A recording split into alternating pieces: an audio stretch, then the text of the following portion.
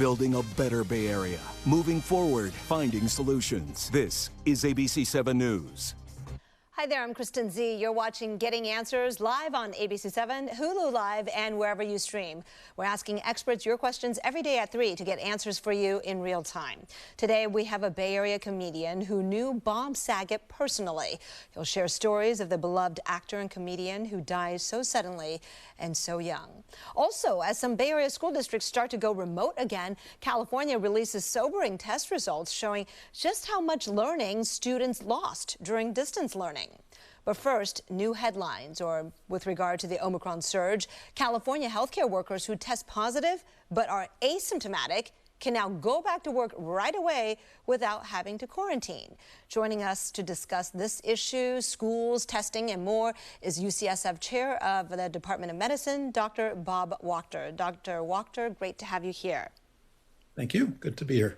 Well, look, Dr. Wachter, you've shared so much great information with all of us since the pandemic began, but this weekend you shared a personal story in a tweet thread that COVID has finally hit home. Your son, right? Tell us what happened and how he's doing. Yeah, he's been very careful over the last, he's 28. He's a little bit overweight, and so that puts him in a slightly higher risk category. He's been very careful and wearing an N95 at work. Got together with a friend and a couple of days later developed the symptoms. Didn't lose his taste or smell, but many of the other symptoms. Tested him on the first day, it was negative.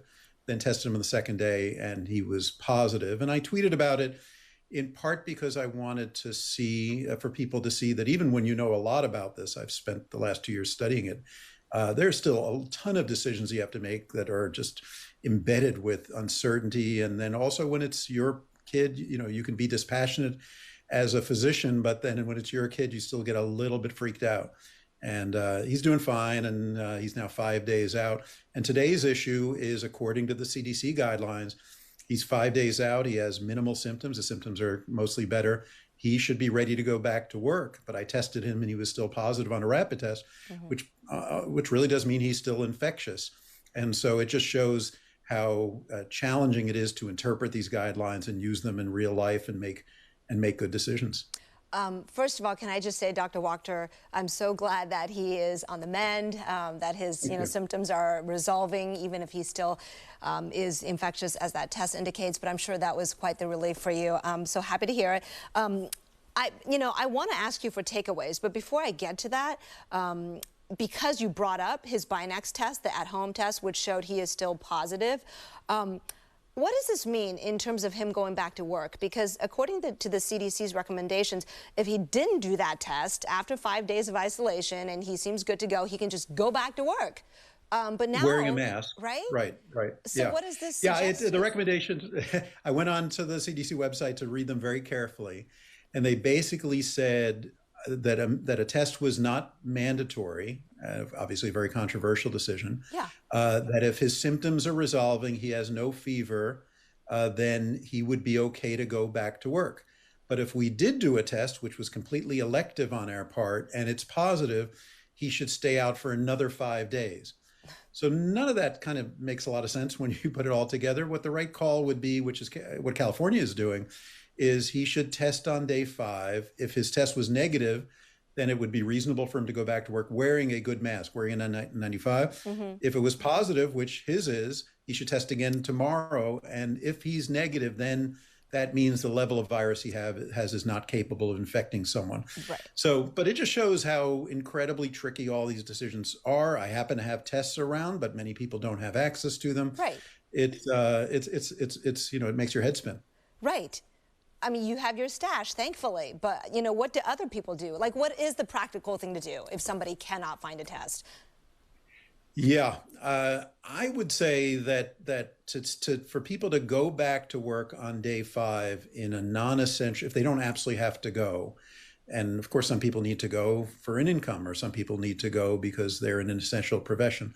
But if you don't really need to go and you don't have access to a test, I think if you go back on day 5, you need to recognize there's about a 20% chance that you're still infectious. Okay. Now, if you're wearing a really good mask and you're wearing it religiously, an N95 and you're wearing it religiously, your risk to other people is very, very low. I don't believe that this is our major threat right now, people on day 6 after an infection, if they are wearing a good mask. But I think for someone like him, he works in customer service. He can be out a few more days. It's not the end of the world. I think if we didn't have access to a test, then at least he should stay out a couple more days and maybe even the full 10 days. But I think at least 7 days seems like a reasonable balancing point. But I do think if you have access to tests, go ahead and do a test. And if it's still positive, I think you have to assume that you are still infectious. All right, so given what you just said, right, what about really, really, really essential workers, especially California healthcare workers? There's a staffing shortage, and now California rules have been revised to kind of reflect that, right? They can go back if they tested positive, but they're asymptomatic. They can just go back right away, don't even need the 5 days. Do you support this change? It's a really hard call. This is there's no right answer here, because you can say, well, isn't that dangerous? Some people are going back to take care of sick people while they are probably still infectious. And of course, on the face of it, that is scary. On the other hand, it's also scary not to be able to staff the emergency room or the intensive care unit or the hospital floor or the clinics, or to have to completely shut down all of our surgeries because we don't have doctors or nurses. So sometimes in the world of public health crises, you have to balance two tough choices. And I think this is a very tough choice. If you are, the nice thing about healthcare workers is, at least at UCSF, essentially 100% are vaccinated by the end of a couple of more weeks. Everyone will be required to have a booster. Most people already have one. Right. We wear very, very good masks. We're very careful.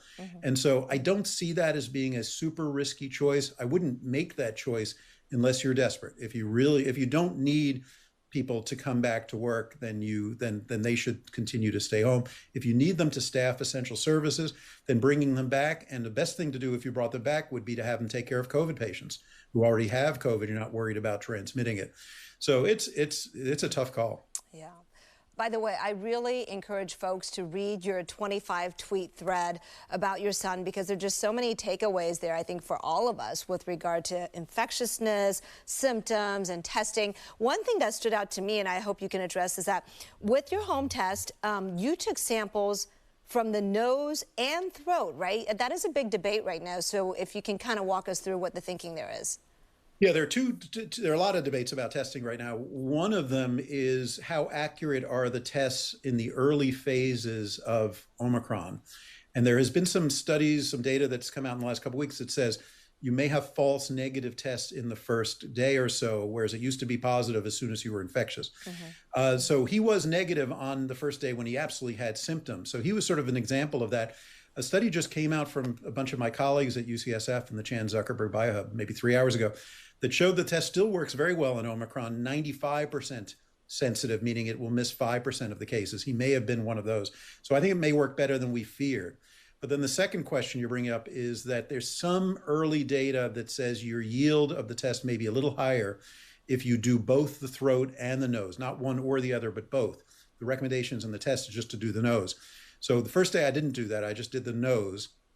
The second day I did the throat and the nose, which is a little gross, but you swab it around the throat for 30 seconds and then take the same swab and then do the nose as is instructed in the instructions of the test. And that turned out to be positive. I don't think we know enough yet to say that everybody should do that, but that was what I did based on my read of the current evidence. We'll have to see how more and more studies go on that question. Okay. We could do a whole show just on testing. Some school districts actually require, if you want to exit from isolation after just 5 days and not 10, you have to do a test. But others aren't requiring that. It seems like within the Bay Area, districts or counties have different policies. What do you think is the best thing to do if you have a case of a student who tests positive? Yeah, I wish I knew. I think the schools are just the hardest case of everything, because we really, we think about, well, let's let the rules be a little more lax for healthcare professionals like me, because we need people to be able to get to work, to man the emergency room. Well, I almost think of the schools as the same way. What we learned last year is that we really, really want to try to keep the schools open. And so doing the best we possibly can to get the kids back as quickly as possible, as long as it's safe, and doing all the other stuff that we've talked about, the ventilation, making sure they're vaccinated, all those kinds of things. And so I don't know enough about the data about kids and their infectivity on day 5 and how well the tests work. In general, if you're still testing positive, with a rapid test, you are still infectious. And I would pay attention to that, particularly if you have young kids and you're not confident they're going to be able to keep their masks on. You'd say, well, I want the kids back, but if the kid comes back and infects other kids, that creates its own set of problems. So I would turn to some of the folks who are studying the schools more specifically than I am to answer that question. All right, Dr. Wachter, I'm going to let you go in a minute, but I do want to ask you, first, real quickly, your estimate in San Francisco, one in how many people you think have COVID right now? 1 in 10, probably. Okay. I mean, our asymptomatic test positivity rate at UCSF, this is the tests we do on people that are coming in for surgery or colonoscopy, have absolutely no symptoms of COVID. That number is running 10% positive. Okay. So that is my best guess is 1 out of 10 people walking around on the streets or in a restaurant with you has COVID right now. So based on that, how has this changed your personal habits? Are you eating indoors right now? No, in my house, but I'm not going to a restaurant. Yeah, I things that I would have done a month ago, many of them I am not doing. I won't fly if it's elective. If I had to fly, I would. I will not go to an indoor restaurant. I wear only an N95, nothing less than that when I'm going indoors with other people. And when I go to a crowded indoor space with more than 5 or 10 people, I assume that someone in that space has COVID, which is a reasonable assumption. That was not true. A month ago in San Francisco, there were 50 cases a day. Today, there are about 1,500 being reported, and many cases like my son's are not reported, so there are probably 3 times that many. So it's just, it's a blizzard of COVID. It's a massive amount of COVID. You have to assume that any space you go into, there's going to be someone there. And we also know that the vaccines are not working as well as they did in terms of preventing breakthroughs. They're still working quite well in preventing you from dying or getting very sick. But we're all hearing about breakthroughs all over the place. So you're going to have to assume a closed space. If you are there without a mask and other people without a mask, if there are more than 5 or 10 people there, undoubtedly someone has COVID. That just seems a little too risky for me. And this is probably only going to last a month. I mean, I think we're not talking about doing this for 6 months. Mm-hmm. This is probably going to be like South Africa, very quick up and very quick down. And so hunkering down for 3-4 weeks seems like the right call to me. Dr. Wachter, thank you so much. Sending chicken noodle soup thoughts to your son and thank you. Appreciate our appreciations. That. All right. Thanks. Be well. Coming up next, experts predicted distance learning would lead to learning loss. Now we're seeing actual evidence of that here in California. We'll get into that next as some local school districts go remote once again. All right, everybody, thanks for joining us. We are looking for a lovely shot for you to give you a moment of zen amidst all this COVID talk. But don't go away because we'll come back and examine the latest test results, which shows California students have not fared well. And this is at a time when remote learning is coming back to some school districts. So enjoy this view of blue skies. We'll be right back.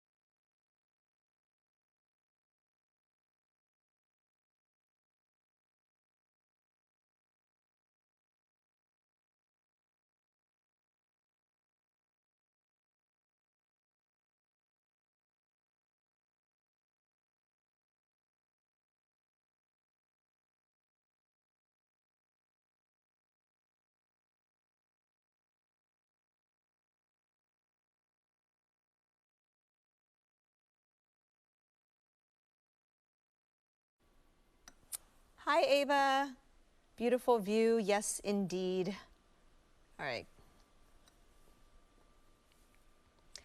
Welcome back. The Omicron surge is wiping out staff at schools and forcing some schools to go remote again, and the timing couldn't be worse. California just released results from the first standardized test that students have taken since the start of the pandemic, and they show a massive drop in scores during distance learning.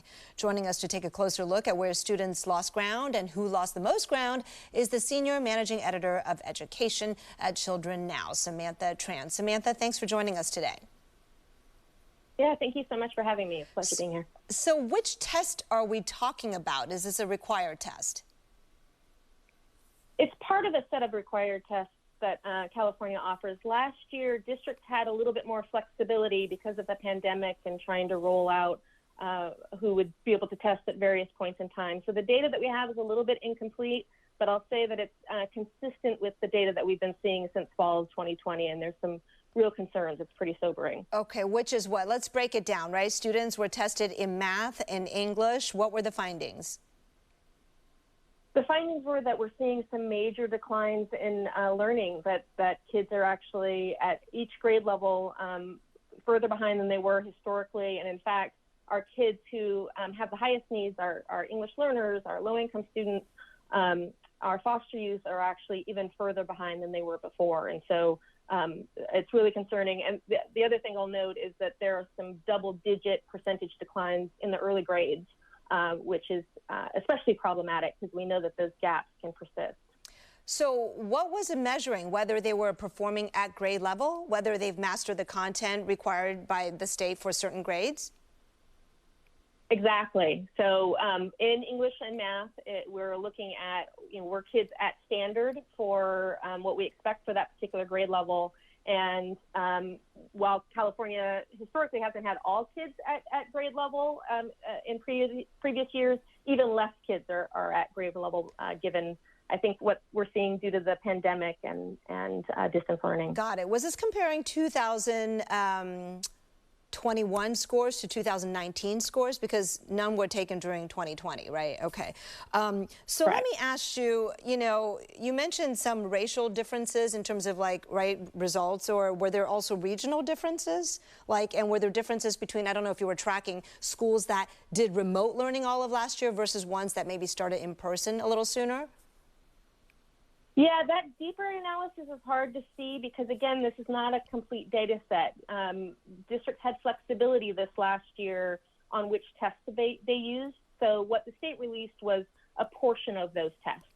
So we're able to see a kind of a smattering across the state, but to be able to do that kind of regional analysis isn't really possible at this point. Okay. But we are absolutely seeing at a statewide level these gaps that we're talking about in terms of the differences between African-American and Latino students and English learners compared to our white and Asian students. Give me some of the numbers, actual percentages of drop.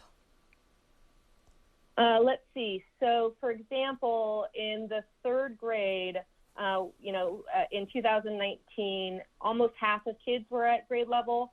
In 2021, we were closer to 40%. So it's like a 17% decline. And that's in English language arts. In math, it was actually closer to a 20% decline in the third grade. And we're seeing those types of percentages across the board. It gets a little bit better as the grades increase. So we have, we're sixth graders in math, about a little over a third were on standard. Only 30% were at standard, which was like a 19% decline. Didn't I read that graduation rates also fell?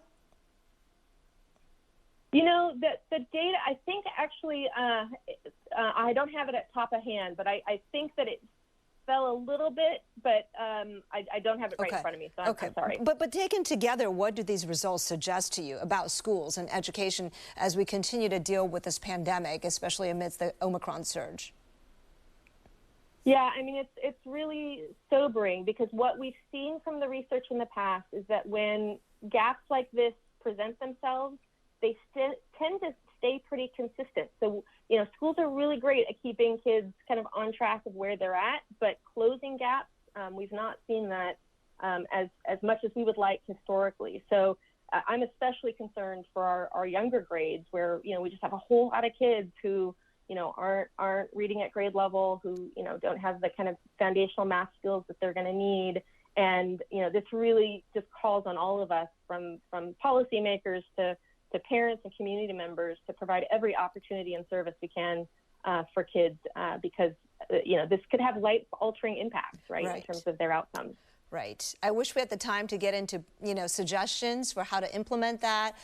We could have another conversation about policy, but for now we got to leave it at that. That snapshot that does show a precipitous drop in learning and mastering standards for California school kids in the last 2 years. Samantha Tran, thank you so much for your time. Appreciate it. Coming up next, we'll talk with a Bay Area comic who opened for Bob Saget as we look back at the legacy the actor and comedian left behind. We'll be right back. All right, everybody, we asked you a question during the last break about how Omicron has changed your plans, right? Is that what we had? Let's throw that up there. And I know some of you have responded. Just basically, how has the Omicron surge, changed your plans? What have you changed in your life? You heard Dr. Wachter, he is not flying, right? He is not dining in restaurants right now. Samson, you says you're not going out as much. Okay. So that's a change that you have made. And look, I mean, basically he's saying this will probably last 1 more month. So if you can kind of hang on, unlike earlier in the pandemic when you kind of thought, when will this end? You can probably make anything happen for 1 month, right?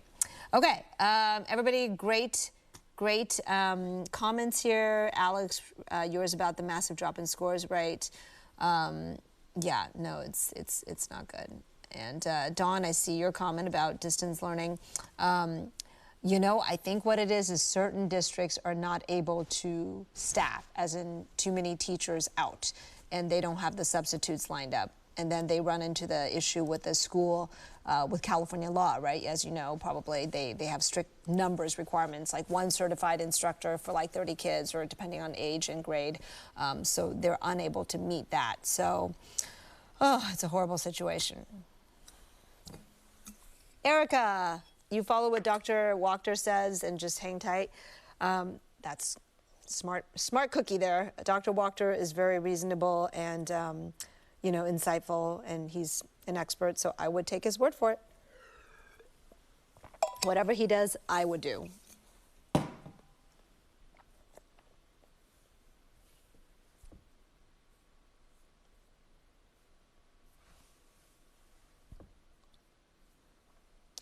The comedy world and the Bay Area are mourning the loss of actor and comedian Bob Saget. He died yesterday at the age of 65. Joining us now is Bay Area comedian Joe Klosek. Joe, thank you so much for joining us. We know it's a tough time for you. Yesterday, actor John Stamos, who starred in Full House with Saget, tweeted a heartbreaking message. "I am broken, I am gutted, I'm in complete and utter shock." What thoughts and feelings went through you when you first heard the news? That he was a unique star. He was very generous with his time. He never made you feel like you were less than. He just had this boyish charm, and he always seemed to move through the world like he knew that he'd won the lottery, and he was very generous with that. And I'm not alone in that. I think the comedy community is a very small community. There's probably less than 10,000 people professionally doing it in the United States at any one time. And I never heard anybody have a bad story about Bob Saget. Not even the slightest cold shoulder or anything. First time I worked with him, he gave me his cell phone number. I didn't ask for it. I didn't, he just, hey, here's my cell phone number. When you're in LA, give me a call, I'll hook you up with some sets. And I really didn't think that Bob Saget had just given me a cell phone number, but when I called, it was Bob Saget. And that was him, that was him. He was also very protective of his fans, which I thought was very sweet, because as a comedian, he was filthy. He was very dirty, and he definitely played against type, and he knew that. But he also understood that a lot of fans, especially young women, knew him because that show was syndicated for so long. Yeah, they knew him through Full House, and they were coming to him maybe as a stand-up comedian from that. Yeah, he had some very dirty jokes, but he didn't joke about Full House characters. He didn't put them into his act. I remember being at the Warfield with him backstage, and I had almost convinced him to go to Alamo Square after the show because it was like a 15-minute walk or 5 minutes by cab. And, you know, hey, Bob, just walk around with a bottle in your hand, pretending to be drunk, right, just yelling, you know, where's the girls?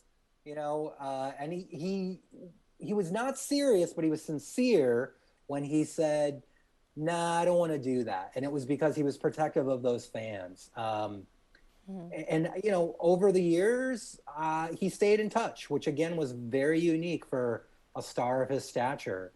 And again, I'm not alone in that. You could ask almost any comedian that opened for him over the years, and they'll tell you the same thing. Like every once in a while, out of the blue, you'd get a text message from Bob Saget. Wow. And, you know, just asking how you were doing, or he was telling you about some joke. And I remember being on where we were in Sacramento, and we were backstage. I think it was the Crest Theater. And, you know, again, no ego. There was, you know, his green room, which had just this buffet of food. And there was, you know, I was like in this little room out in the hall, and he's like, come in here, which is unheard of. And, you know, he's like, eat anything you want. There's way too much for me. And the only time he excused himself was when he got a phone call, and he went over to the corner and he was just laughing like a little kid for about 10 minutes. And when he came back, I'm like, who were you talking to? And he's like, oh, that was Don Rickles. You know, just incredible the life that he had. And he knew that he was lucky. He knew that it was incredible. Just a really generous guy. Well, Joe, I thank you so much. You know what, we could probably talk for a half hour or more about Bob, but I do want to let folks know that you consider him a mentor, and he's taught you a lot, and you can see Joe in action at Cobb's Wednesday in San Francisco. Go to cobbscomedy.com for tickets. We'll be right back. So, Joe, you're still there, right? I'm sorry to have to kind of cut that short a little bit, but it's all right. I should have known. I could just let you rip, and you can just talk, because that's what you do for a living. How did that opportunity come about to open for Bob? Twice. You did it twice, right? Yeah. It happened completely at random. He was coming to town, and he asked the punchline, or his people asked the punchline. They recommended somebody. I think they looked at a couple of videos of people, and then I got the call, and then when I showed up, it was like we were old friends, and that's just how he treated everybody. Look, his last tweet said that he's, quote, happily addicted again to stand-up. What is it about doing stand-up that is so fulfilling? I don't know if he's ever talked about that with you, or maybe just what you observed. Yeah, that's all he talked about. He either talked about that or his daughters, which again was very endearing. He was very much aware of the fact that when it's clicking, it's such a high, because you have, I mean, he was playing theater, so you have 5,000 people all focused on you, hanging on every word. And it's so rare that you get opportunities like that in life. And even for a guy like me, who's now just mostly a local guy, not on the road, you know, you're in front of a small crowd of 50 people, and it's an amazing high. You're just making them laugh, and it feels good. Well, you get a chance to do that. I want to throw that graphic back up of when you'll appear. I didn't give the dates. When are these shows that you have coming up? Sure. It's this Wednesday at Cobb's, and it's the 18th at Punchline. Okay. Well, thank you very much for joining us. Good luck to you. I know, you know, Bob Saget was special to you, and I'm glad you were able to share those stories with us. Take care. Thank you very much. Take care. Wow, Joe seems great. If I get a chance, I would definitely go out and check him out. All right, we're coming back out. Thank you, everybody, for your questions. I know I love Bob Saget, too. Thanks so much for joining us today on this interactive show, Getting Answers. Today we covered Omicron, learning loss, and we talked with the Bay Area comedian who opened for Bob Saget. We'll be here every weekday at 3 o'clock, so I'll see you again at 4 today and see you tomorrow at 3. All right, thank you. Eric, welcome back.